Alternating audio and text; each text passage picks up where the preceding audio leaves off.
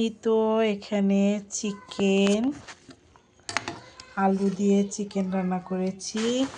এখানে মাছ, আলু, বেগুন আর মটর দিয়ে রান্না করা হয়েছে। আর আসলে অলরেডি খাওয়া শেষও হয়েছে। তো যেহেতু রান্নাবান্না একটু দেরিতে হলো ওই জন্য তো এখানে পরে আবার পোলাও বানিয়ে নিলাম। এখানে মটর, তারপরে মানে গাজর এগুলো দিয়েছি। আর এই তো খাওয়া দাওয়ার শেষে মানে এগুলো রয়ে গিয়েছে, কষানো মাছের থেকে এক পিস মাছও রয়ে গিয়েছে। এগুলো হলো টাকি মাছের ঝোল। এটা সেমাই রান্না করেছিলাম, সেটা রয়ে গিয়েছে। এটা হলো সালাড। এটা তো পোলাও দেখতেই পেলেন। আরও রান্না চলছে, এখনও রান্না বাকি।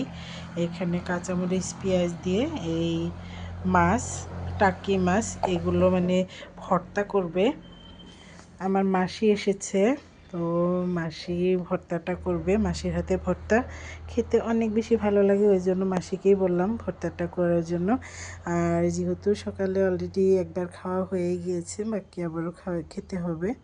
মাসি আজকে চলে যাবে, তো ওই জন্য আর কি যখন যাবে তখন আরও একবার দুপুরের খাবারটা হবে। Bye bye.